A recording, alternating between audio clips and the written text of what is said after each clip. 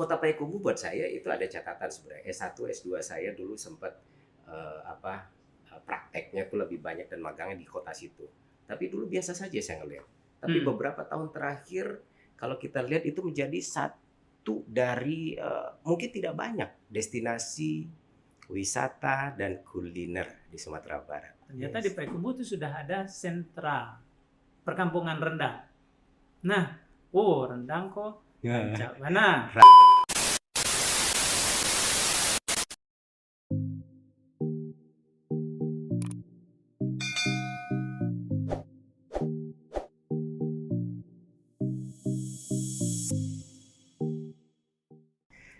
Beli jamu di pagi hari, gulai ketupat dibayar cash. Ketemu lagi dengan Dr. Hanif Al-Kadri, episode keempat, Kaki 5 Podcast.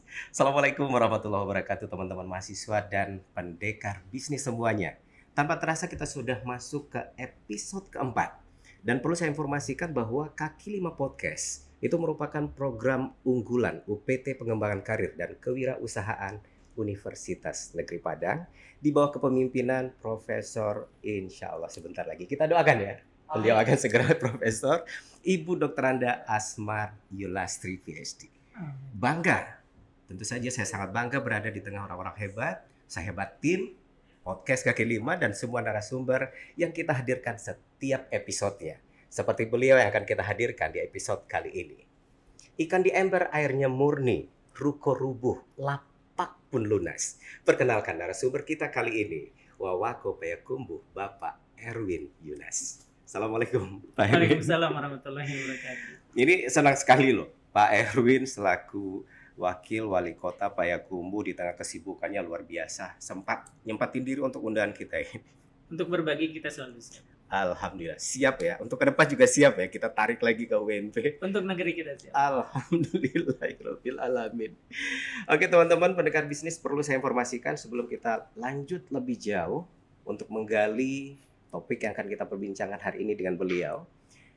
Beliau bernama Haji Erwin Yunas SEMM. Dan kalau tidak salah sekarang akan jadi calon kandidat doktor di Universitas Negeri Padang. Betul Pak? Kapan? Sebentar lagi. Insya Allah. Mohon doanya semuanya ya. Jadi UNP lagi-lagi berbangga karena banyak sekali orang-orang pemerintahan, pejabat-pejabat yang ada di Provinsi Sumatera Barat lahir dari Universitas Negeri Padang. Dan beliau kalau kita ulik, lahir di Payakumbuh, Sumatera Barat 21 Oktober 71. Saya nggak percaya kalau udah hampir setengah abad. Coba lihat, muda, bersinar. Ya, kalau ditanya ibu-ibu ini berapa nih umurnya, Bu? 30? 40? Ternyata udah hampir setengah abad. Bulan Oktober depan. Dan sayangnya sudah masuk di 1 tahun terakhir beliau. Karena sudah menjadi Wawako dari tahun 2017 ya. 2017. Next ke depan. Amin insya Allah. Amin insya Allah. Oke. Beliau tercatat sebagai seorang pengusaha grafis Indonesia dan sekarang menjabat sebagai Wakil Wali Kota Payakumbuh, mendampingi Wali Kota Pertahanan Bapak Riza Falepi. Beliau memiliki skillful yang luar biasa di bidang grafika. Karena skill inilah yang membuat beliau akhirnya dipercaya beberapa perusahaan dunia. Saya catatkan untuk Anda. 1, pernah menjabat sebagai print manager dan commercial manager di perusahaan besar asal Inggris. Kalau tidak salah namanya PT Courtauld Packaging Indonesia yang ada di Surabaya. Courtauld Packaging. Oke, pernah juga menjabat sebagai branch manager di branch manager Surabaya di perusahaan percetakan besar asal Swiss. Gila, nggak main-main ya? Trading company. Trading company. Oke. Sampai akhirnya beliau mendirikan perusahaan sendiri. Nama PT-nya apa, Pak? Flexo Sinergi Indonesia. Dan ini bergerak di bidang mesin percetakan? Ya, awamnya mesin percetakan, tapi lebih arahnya ke converting industry. Iya. Dan ini juga mendunia kerjasama dengan negara-negara. Wah. Luar biasa. Dan ini menjadi peluang buat mahasiswa dimanapun, khususnya mahasiswa UNP, untuk mendapatkan knowledge, experience beliau sebagai dosen tamu nanti. Kita catat ya, dosen tamu, narasumber, atau dosen praktisi. Mudah-mudahan tadi kita sempat obrol siap. Insya Allah. Insya Allah, amin. Oke, Pak Erwin. Saya panggil Pak Erwin ya Pak ya. Oke, Pak. Boleh cerita sedikit perjalanan Bapak sebagai pengusaha grafis kelas dunia. Ini paling tidak kita ingin memberikan influence sederhana lah buat teman-teman mahasiswa dimanapun. Jadi kita lihat, saya diajarkan dari kecil itu membangun impian. Jadi membangun impian. Kebetulan saya sudah sejak kecil sudah yatim, kelas 5 SD saya yatim. Kemudian dibawa oleh kakak untuk kakak paling tua saya itu di Medan di PT Inalum, diajarkan di sana. Saya SMP di sana, terus saya banyak belajar di dalam kehidupan itu karena di situ ada perusahaan Jepang dan masih kental dengan budaya kehidupan orang Jepang, sehingga di situ saya menganggap itu adalah story saya itu untuk memulai kehidupan. Di sana itu kita dididik dengan pola hidup orang Jepang. Influence-nya Jepang ya? Jepang. Bagus. Karena kakak saya bekerja di situ, dan di situ saya belajar bagaimana membangun disiplin diri. Kemudian saya juga diajarkan untuk bela diri kempo. Jadi di situ kita menjiwai bagaimana semangat orang Jepang itu dalam bushido, dalam dirinya untuk tempur itu dalam dirinya. Jadi jiwa untuk mengabdi itu sudah tertanam karena kebetulan kita juga lahir dari orang tua yang penuh pengabdian kepada masyarakat. Nah, jadi kenapa saya terdampar di dunia grafika? Istilahnya terdampar ya. Terdampar di dunia grafika ya karena membangun sebuah impian tadi. Kita harus lihat. Impian itu sejak kapan? Sejak usia berapa sudah punya impian? Semenjak saya SMP sudah diajarkan. Sebenarnya SD sebetulnya sudah diajarkan bangun impian. Bangun impian itu. Jadi kemudian sejalan dengan umur, sejalan dengan perjalanan, impian itu boleh berubah-ubah. Tapi kita selalu diajarkan untuk tetap fokus. Jadi impian saya itu waktu saya ini karena melihat panutan kita menjadi seorang yang bekerja di perusahaan asing, saya ingin bekerja lebih. Nah, saya ingin jadi seorang multinational person. Jadi dengan menjadi multinational person berarti saya harus bisa berkomunikasi. Nah, jadi saya harus menjadi seorang ahli. Nah, jadi ahli itu bukan berarti kita ahli semuanya, tidak, tapi kita bukan berarti serba tahu ya. Bukan serba tahu, tapi saya memilih waktu itu kebetulan ya kebetulan karena memang kita melihat ada kita setelah lepas SMP saya kembali ke Payakumbuh melanjutkan SMA. Berarti di Medannya sampai SMP. Nah, masih membawa impian itu kemudian dibawa ke Payakumbuh. Masih bertahan impiannya. Masih bertahan. Masih bertahan. Dan di Payakumbuh itu saya sudah mewakili, saya harus mewakili kepala keluarga karena papa sudah meninggal. Tinggal ibu dan adik perempuan, saya harus mewakili itu. Kemudian dan saya tetap harus menjadi seorang leader. Nah, di situ saya tercatat juga kalau nggak salah 88 saya itu ketua Karang Taruna Termuda di Sumatera Barat. 88. Usia berapa? Ya, masih SMA. Masih kelas 2 SMA. Ini karena pola mandiri tadi barangkali pengaruh itu ya. Pola mandiri karena memang sudah terbangun dari situ. Dan saya langsung SMA lulus ke Jakarta. Dan di situ kita mulai kehidupan. Bagi saya itu dunia kampus itu adalah real life. Jadi dunia kehidupan nyata itu adalah dunia kampus. Karena di sana kita sudah harus dituntut untuk berpikir, dituntut untuk berkarya, dituntut untuk mengelola keuangan, segala macam. Nah, jadi saya udah waktu itu kita jalan apa yang ada. Kebetulan ada fasilitas percetakan. Dari kakak saya kebetulan beliau sekarang rektor di IBI Kosgoro Jakarta. Nah, Haswan Yunas. Beliau cukup keluarga Yunas ya. Dan di situ saya mulai kehidupan nyata gimana kita berjuang. Dan saya selalu berjuang hidup 36 jam sehari. Jadi bukannya lebih mudah? Bukan lebih mudah. Nah, ini yang barangkali perlu kita influence, ini yang perlu dikembangkan, diingatkan kepada para pendekar bisnis bahwa memang siapapun dia, sesukses apapun dia memang nggak mudah untuk bisa sampai ke tahap sukses. Dan ini sebetulnya nih yang menarik buat adik-adik kita, rekan-rekan mahasiswa, bahwa sekarang digadang tentang Kampus Merdeka. Iya. Ya kan? Mm-mm. Kampus Merdeka, dan saya sudah menjalankan itu jauh-jauh hari. Sebelum ide ini muncul malah gitu ya. Sejak tahun 90. 90. Ush. Sejak tahun 90 saya sudah menjalankan. Kenapa? Big advantage yang saya dapat, reward yang saya dapatkan itu, saya sudah berpikir saya harus punya kelebihan dari orang yang ada di Jakarta. Mm-mm.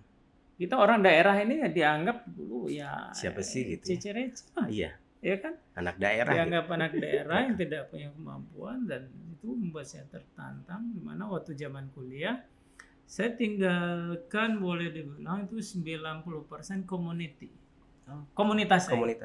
Komunitas kan biasalah kuliah itu Iyalah. bertemu kawan-kawan kampus, bertemu dengan kawan-kawan lama, bercerita, dan itu saya tinggalkan. Saya memilih kebetulan kita ada fasilitas percetakan, kita bekerja di situ. Paginya saya kuliah di Grafika UI, kebetulan ada juga, saya bisa masuk di situ. Nah, kemudian sorenya saya lanjut kuliah manajemen. Jadi pagi kuliah, siang bekerja, malam kuliah lagi. Dan saya itu bayar dalam waktu 5 tahun semua. Bayar sendiri maksudnya? Ya, dari penghasilan itu ya? Sudah itu, dan itu itu kita jalani ya tanpa ada jeda. Tanpa ada jeda itu kita lakukan. Bayangkan pagi kuliah di Jakarta, siang harus bekerja, malam kuliah lagi. Karena Grafika itu kan D3 diploma. Nah, di situ.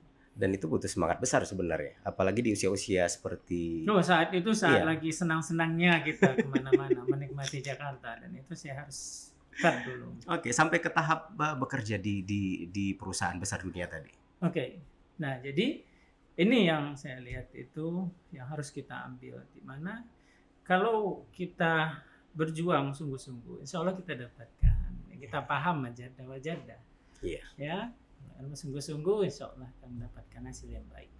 Nah, di sini 95, 96 itu saya sudah, karena di percetakan kita sudah belajar juga teknologinya, kita juga belajar ilmu manajemennya, marketing. Yeah. Saya sarjana saya marketing. Nah, di situ kita menjadi satu dari 3 supplier percetakan besar di McDonald's. Saat itu. Dan ya saya masuk dari 3 besar itu, dan kita yang mendesain flyer-flyernya McDonald's di Jakarta waktu itu. Nah, padahal McDonald's berarti punya, itu hasil karya orang Minang ya? Oh. Iya. Ya, ada yang tahu ternyata. Ya, itu karya besar kita. Iya. Nah, kemudian jadi waktu 97 saya kerja di industri perbankan, saya mulai switch karena sudah terlalu lama. Sempat ke perbankan. Industri kita menguasai cash management. Cash management. Waktu itu treasury bank yang sekarang ini kita kenal, mungkin ya kita sebut nama, ada Securicor, ada Cisco, ada segala macam. Ya, itu mulainya itu kita yang mulai dulu. Itu namanya Transnational Indosin. Nah, di perusahaan itu kita mengelola cash management. Nah, di situ cash management ya boleh dibilang ini seminya BI. Nah, kita perusahaan Singapura kerja dengan perusahaan dengan BI. Nah, saya terus salah satu marketingnya.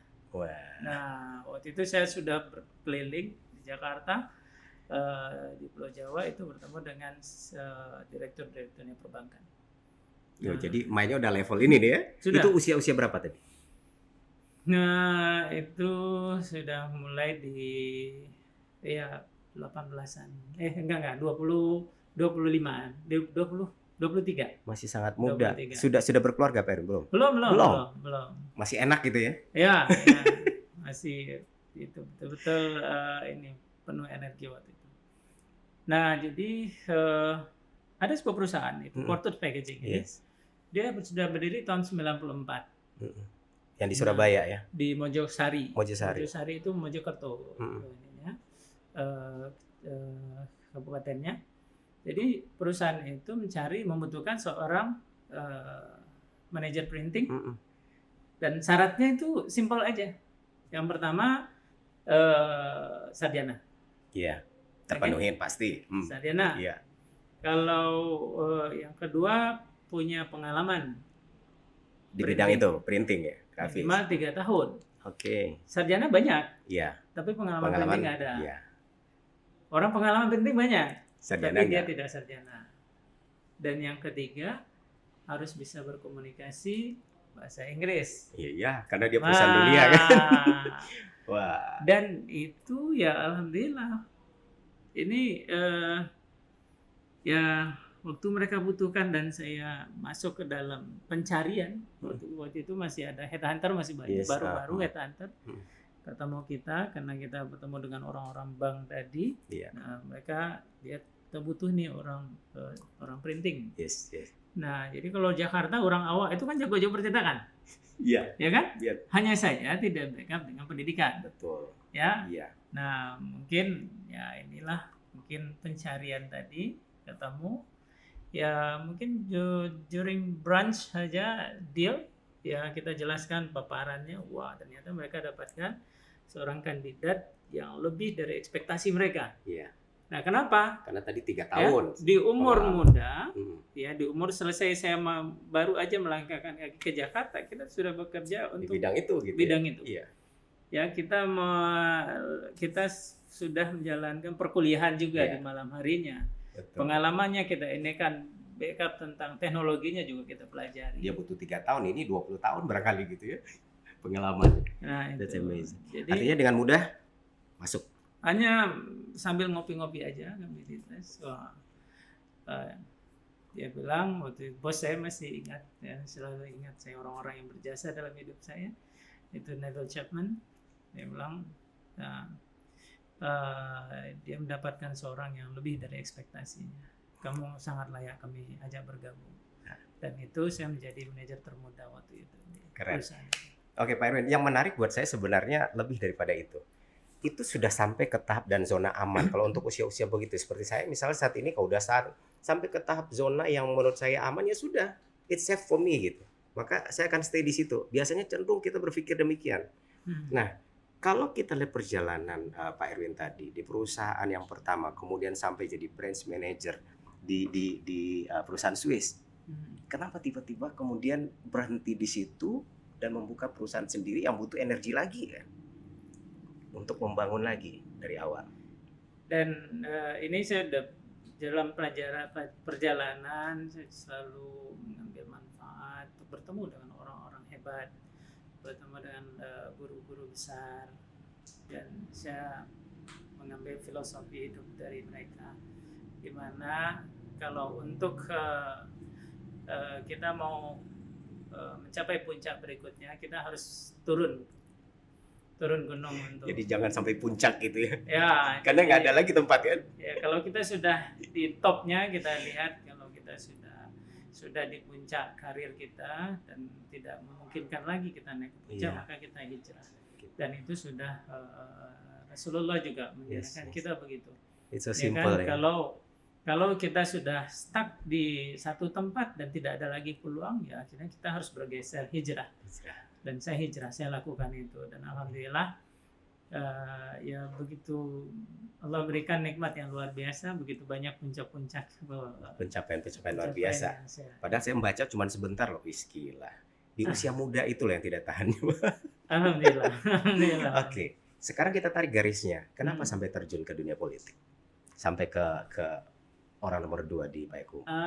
Ini kembali lagi sebuah perjalanan. Jadi waktu saya 2002 itu ke Amerika, saya kebetulan dapat reward dari kantor untuk disekolahkan di converting industry teknologi ini di Cincinnati. Di situ saya mulai menulis buku perjalanan. Jadi di situ kita lihat itu kan begini, ya bahasa awak, cari kampung orang tekan kampung awak. Enak. Alhamdulillah. Jadi wow, orang luar biasa. Waktu itu saya lihat di situ di Ohio ada Batavia.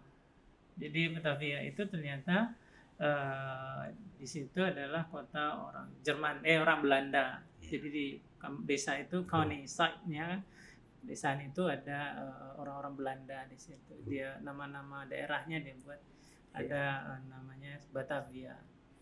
Jadi saya lihat itu daerah-daerah yang tertata baik, tertata bagus. Jadi di situ kembali saya ingat lagi waktu saya kecil di Inalum. Kemudian wow, alangkah indahnya kampung kita kalau bisa seperti ini. Jadi di situ saya mulai if I were a mayor. Coba kalau semua orang. This is a dream. This is a dream. Jadi saya lihat kalau saya jadi pemimpin, saya akan buat ini, saya akan buat ini, saya akan buat ini. Jadi banyak sekali impian yang muncul untuk membangun. Ya itu dia. Jadi kampung sendiri. Dan itu hanya tulisan. Itu ditulis. Saya tulis. Sudah jadi buku. Enggak itu. Harusnya itu jadi buku. my dream book. My dream book. Your dream. Ya, dream book. Okay. Jadi dalam buku kita perjalanan, saya tulis itu. Dan saya berkunjung ke banyak tempat di dunia yang betul-betul membuat inspirasi kita tuh. Dan ini ada dalam pikiran, di hati, dan itulah kalau seandainya kita hanya bermimpi tanpa bisa punya kekuasaan, itu impossible kita buat. Nah, itu. Amazing. Buat saya itu luar biasa. Silakan diminum dulu. Silakan. Pak Wako, buat saya ini menjadi sangat menarik. Di usia muda, perjalanan sudah luar biasa. Impian, kemudian juga catatan-catatan setiap perjalanan yang dilakukan ke setiap tempat. Dan itu memberikan ide, strategi berpikir untuk gimana membangun kampung sendiri. Dan sekarang sudah ada di sini nih. Berarti ini yang menjadi salah satu pijakan Pak Erwin untuk membangun Payakumbuh. Panggilan jiwa itu sangat berbeda nanti dengan nafsu. Jadi alhamdulillah dalam perjalanan itu kita masih ada ibu yang sekarang sudah berumur 87 tahun. Alhamdulillah masih sehat. Alhamdulillah masih sehat, masih bisa mendoakan. Pasti bangga lah beliau ya akhirnya. Dan anaknya kami 8 bersaudara dan selalu berkunjung pulang karena ibu mungkin menyuapkan anaknya dulu. Masya Allah. Sehingga dan ini pasti pola didikan ibu kan ya? Pasti, itu sudah pasti. Jadi anaknya selalu ingin pulang, dan saya termasuk yang sudah mendedikasikan diri. Kita berhenti dari perusahaan besar, kita bangun usaha kecil, kemudian kita bisa lebih sering pulang. Nah itu kita melihat ingin mengabdi. Iya. Nah ada kesempatan ini ya di situ yang ditanya oleh kakak saya yang paling tua itu Pak Harmon, udah Harmon yang di Inalum. Iya. Apa tujuannya?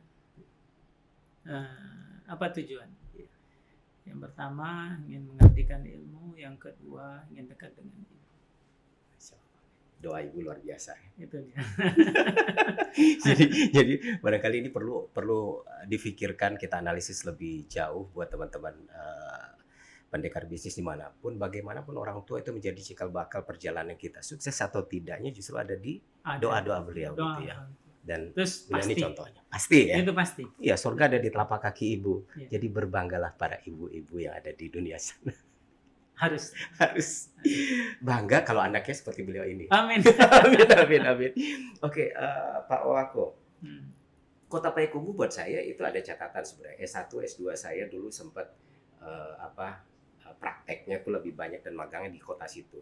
Tapi dulu biasa saja saya ngelihat. Tapi beberapa tahun terakhir kalau kita lihat itu menjadi satu dari mungkin tidak banyak destinasi wisata dan kuliner di Sumatera Barat. Strategi apa yang Anda gunakan sampai perkembangannya seluar biasa itu? Jadi waktu kita sudah dideklarasikan sebagai kepala daerah 22 September 2017, nah saya sudah mulai berpikir keberadaan kita ini artinya apa? Ya, kita ada sebagai wakil, itu kita harus tinggalkan apa? Dan ini legacy yang selalu saya pikirkan karena saya sudah kental dengan jiwa marketingnya. Ya, saya harus menoreskan goresan indah dalam perjalanan hidup ini. Bagi orang, wakil wali kota, wakil bupati, wakil-wakil lainnya itu hanya sebagai pelengkap. Dan dalam politik itu berlaku. Kita punya pulpen tapi tidak ada isinya. Betul. Ya, karena kita tidak membuat kebijakan. Kita hadir. Iya. Tapi itu kalau seandainya diperlukan untuk mewakili. Betul. Dalam pemerintahan itu begitu. Dan saya lihat saya tidak mau buang-buang hidup saya 5 tahun. Iya. Ya kan, saya nggak mau, dan saya lihat itu ya berarti kita harus, bagi seorang marketer, ya marketer ini dia tidak ada tembok yang tidak bisa ditembus. Jadi pengalaman marketingnya muncul lagi nih ya? Muncul, saya muncul. Oke, kalau begitu kita harus ambil sesuatu yang memang dunia kita. Dunia kita adalah dunia marketing. Ya, walaupun yang kemarin kita punya toolsnya, kita punya barang itu yang namanya jenis teknologi di printing teknologi, di converting industry. Tapi kita bisa tinggal mengganti keranjang kita dengan keranjang dunia pemerintahan. Iya. Nah, kita di daerah, saya tanya, kita Payakumbuh tidak punya tambang. Betul. Tidak punya tambang emas, tambang batu bara, ya, kita tidak punya tambang pokoknya, ya. Yang kita hanya punya, Payakumbuh terkenal sebagai kota kuliner. Yes. Yaitu tambang perut. Tambang perut. Nah, ini tambang perut. Tambang makanan gitu. Tambang makanan yang kita kelola adalah SDM yang luar biasa. Ya, SDM yang luar biasa. Masyarakatnya adalah masyarakat pedagang, ya, karena Payakumbuh sudah dikenal sebagai kota kuliner. Dan di situ saya lihat dulu kan kota Batiah. Betul. Nah, jadi kota Batiah dan kota Gelamai. Semuanya itu ciptaan manusia. Iya. Berarti kalau dahulu orang mulai dari Gelamai diganti dengan itu, ya berarti ini terbuka untuk menggantinya. Oke. Ya kan? Makanya perlu rebranding. Kita lakukan rebranding. Dan ini langkah-langkah nggak khawatir di awal kenapa merebranding sesuatu yang ini challenge ya. Challenge. Ini challenge-nya, di mana kalau seandainya kita lihat dia Payakumbuh mau kita jual, seandainya Batiah itu mau kita promote, kita promosikan itu, Batiah ini sudah tinggal 2 industrinya di Payakumbuh, ya kan? Nah, kemudian kita lihat, wah ini kita harus cari yang lain. Payakumbuh kuliner sudah masuk, ya kita cari lagi yang lain apa nih? Yang lagi ada yang besar. Ternyata di Payakumbuh itu sudah ada sentra perkampungan rendang. Nah, rendang kok. Mana? Randang Payakumbuh. Randang Payakumbuh. Ini gimana cara kita memikirkan? Di mana sentranya? Mungkin buat teman-teman yang belum tahu. Di Lampasi. Jadi waktu rendang ini kita lihat ada potensi, saya lihat, rendang kita pelajari. Ternyata rendang ini sudah diklaim oleh tetangga kita. Malaysia. Ya, boleh sebut nama itu. Tapi itu memang luar biasa gitu. Nah, jadi terus orang Minang ngapain? Ya nak? Iya. Orang mungkin tidak hanya orang Minang, tapi lebih banyak itu melakukan against, penolakan, seolah-olah sudah seperti mau perang. Iya. Teman saya banyak di Malaysia. Ya? Iya. Bahkan waktu saya di sana, Pak Cik, itu ngapain itu orang Indonesia? Kami di sini santai-santai aja cari duit. Ya, nggak ada Indonesia masalah. Sudah mau perang. Iya. Apa mau dikata kita saudara katanya. Iya, Upin santai aja mereka. Kita lihat, wah, ini kita perang intelektual. Betul. Perang intelektual. Kita lihat rendang orang ternyata Sumatera Barat tidak memikirkan itu. Orang Minang tidak memikirkan masalah branding waktu itu. Ya sudah, kita silence, kita bekerja, ya kita buat literasinya. Nah, kemudian karena kita adalah memasuki peperangan gaya baru, perang intelektual, jadi kita siapkan di situ. Kita jadikan rendang jadi challenge untuk menjadi branding kota yang baru. Oke, kita lanjut soal ini. Tapi sempat mendapatkan tantangan nggak merebranding ulang dari Batiah, Gelamai ke ini? Oke. Ke rendang. Sebetulnya rebranding Batiah itu tidak di SK-kan. Oke. Itu sama saja seperti misalnya Kota Kembang, Kota Gudeg. itu tidak dilegalkan Tiba-tiba oleh sudah. pemerintah. Kita sudah Wah. jauh melangkah dari itu untuk sebuah kelayakan sebuah branding. Oke. Yang kita lakukan ya kita legalkan, dan itu kita punya kearifan lokal yang luar biasa besar. Hanya saja banyak yang tidak dikelola, dan itu dengan mudah diklaim secara intelektual oleh orang lain. Kenapa? Kita tidak membuktikan. Betul, Ya kan? betul. Kita nggak bisa Iya, buktikan. nggak ada bukti apa-apa gitu. Nah, rendang ini kita ceritakan semua yang mau diklaim apa, daerahnya mana, ada kami. Iya. Ya. Jelas Payakumbuh gitu itu di mana? Ini titik. Kalau ditanya Ranah Minang itu di mana titik? Iya. Di mana? Tidak bisa. Nggak bisa.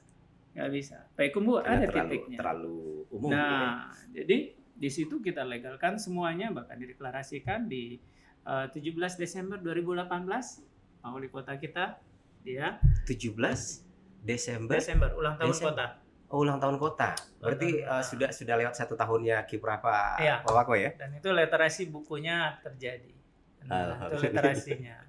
Nah, kemudian pergerakan kita selalu, kita mulai bangun sentra industri rendang. Oke. Ya, kita mengumpulkan, kemudian konsep ini kan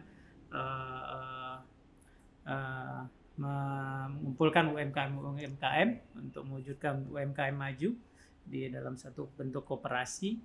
Nah, kemudian koperasi ini yang menjadi operator. Jadi Oke, selain kelegalan, apa yang Pak Wako lakukan terhadap sentra rendang ini? Terhadap produknya misalnya apa? Sehingga pasarnya bisa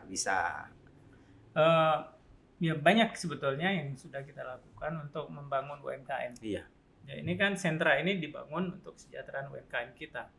Ya.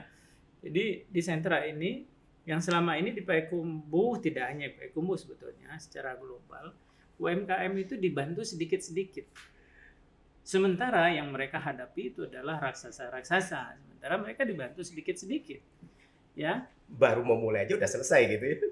Jangan mau rencana aja, lihat orang, wah ini nggak. Maka nggak pernah jadi gitu ya. Nggak pernah jadi. Nah, ini kita lakukan di Payakumbuh. Kita berpikir bagaimana menghadapi pasar global, kebutuhan global itu ya inilah perannya pemerintah. Nah, di sini kita lengkapi semuanya, semua perizinan kita lengkapi, bahkan kita lebih dari perizinan yang dibutuhkan. Jadi produk rendang Payakumbuh itu sampai kepada telusur produk. Jadi itu NKV, NKV, HACCP-nya. Jadi satu produk, kemudian itu ditelusur, itu nanti dagingnya dapat dari mana, ya dagingnya itu punya sertifikat apa tidak. Nah, itu sampai ke sana. Jadi itu sertifikasi yang kita miliki. Apakah kaitan pasar global ini yang plan Pak Wako yang akan melakukan perjalanan bawa rendang ini ke Istanbul, Turki? Saya bilang ini rendang ini sebagai pintunya saja. Jadi Sumatera Barat tidak hanya punya banyak rendang. Yang mau dibawa gitu. Banyak. Sumatera Barat ini sangat kaya. Alam kita kaya. Apalagi alam kita itu ya kaya orang-orang intelek. Jadi kita harus gali itu. Rendang ini saya bilang itu sebagai bawaan aja, sebagai diplomasi rendang. Nah, karena yang menikmati adalah UMKM kita. Jadi, ini sebagai jinjingan nama. Pak Wako, terakhir ini karena memang tanpa kita sadari banyak yang sebenarnya pengen kita gali sebenarnya tentang Payakumbuh, tentang Pak Wako, tapi waktu kita sangat terbatas. Ini kaitan dengan statement tadi, dan ini luar biasa menurut saya. Jadi kan sekaligus sebagai closing statement Pak Wako, nggak apa-apa, terkait dengan Indonesia merandang dunia. Ini keren ini. Apa maksud ini? Di masa jabatan ini kita ingin membuat sebuah persembahan emas buat negeri, di mana sebuah perjalanan itu pasti ada akhirnya. Kita melihat rendang ini sudah hampir selesai prosesnya, dan kita berharap ini betul-betul bisa dimanfaatkan. Mungkin saja kalau seandainya saya tidak menjabat lagi, ini bisa diteruskan, karya ini bisa diteruskan oleh amin. kita. Ini nggak boleh berhenti kan? Allah alam. Jangan sampai. Ini sudah ke tahap ini nih, mengerikan kalau berhenti. Jadi industri sudah kita bangun, koperasi sudah ada, UMKM sudah menikmati. Betul. Kemudian campur tangan pemerintah sudah sangat banyak. dan ini sebagai persembahan kita untuk negeri, ya bagaimana rendang ini kembali diakui sebagai makanan terlezat mendukung program pemerintah Indonesian Spice of the World, di mana dengan kedatangan Pak Sandiaga Uno kemarin sudah menetapkan rendang sebagai produk pertama untuk dibawa dalam World Expo di Dubai bulan November nanti. Alhamdulillah. Jadi kita mendukung program itu. Ya, kita ingin juga bagaimana rendang ini betul-betul menjadi produk yang terbaik. Ya, kita akan adakan nanti program Marandang Indonesia Marandang Dunia, di mana kita ini insya Allah didukung oleh kementerian dan senternya di Payakumbuh, untuk sekaligus nanti Pak Menterinya datang untuk meresmikan sentra kita. Dan ini closing insya Allah. Amin, amin, Persembahan amin. Dan kita percaya bahwa doa ini bukan hanya dari saya, tapi dari seluruh masyarakat Sumatera Barat dan mungkin Indonesia. Karena ternyata Pawaku kalau kita dengar tidak hanya membawa nama Payakumbuh, tapi Provinsi Sumatera Barat bahkan Indonesia ke kancah dunia. Artinya tidak secara subjektif karena orang Payakumbuh, maka ternyata lebih luas. Jadi patut berbangga dengan adanya beliau di episode kali ini, meski banyak hal yang sebenarnya belum bisa kita gali. Bisa saja ada episode-episode berikutnya, Pak. Insya Allah. Dan yang pasti di wilayah kelas yang lebih besar dengan mahasiswa kita di UNP. Oke. Welcome. Oke, Pak Wako, terima kasih Pak Wako kesempatannya. Sama-sama. Kita berdoa yang terbaik untuk Pak Wako. Mudah-mudahan support system yang sudah dibangun oleh Pak Wako akan terus bertahan dan berkembang terus hingga menjadikan Payakumbuh sebagai sentra randang di Sumatera Barat akan bertahan dan terus maju, dan mungkin akan membawa Provinsi Sumatera Barat sebagai salah satu provinsi yang memang diperhitungkan oleh dunia di bidang kuliner. Insya Allah. Oke. Baik teman-teman semua yang sekarang ini mencermati kita di podcast Kaki 5 episode keempat. Demikian perbincangan kita dengan Bapak Erwin Yunas selaku Wakil Wali Kota Payakumbuh. Saya Dr. Hanif Al-Kadri pamit. Terima kasih. Wassalamualaikum warahmatullahi wabarakatuh. Sampai jumpa.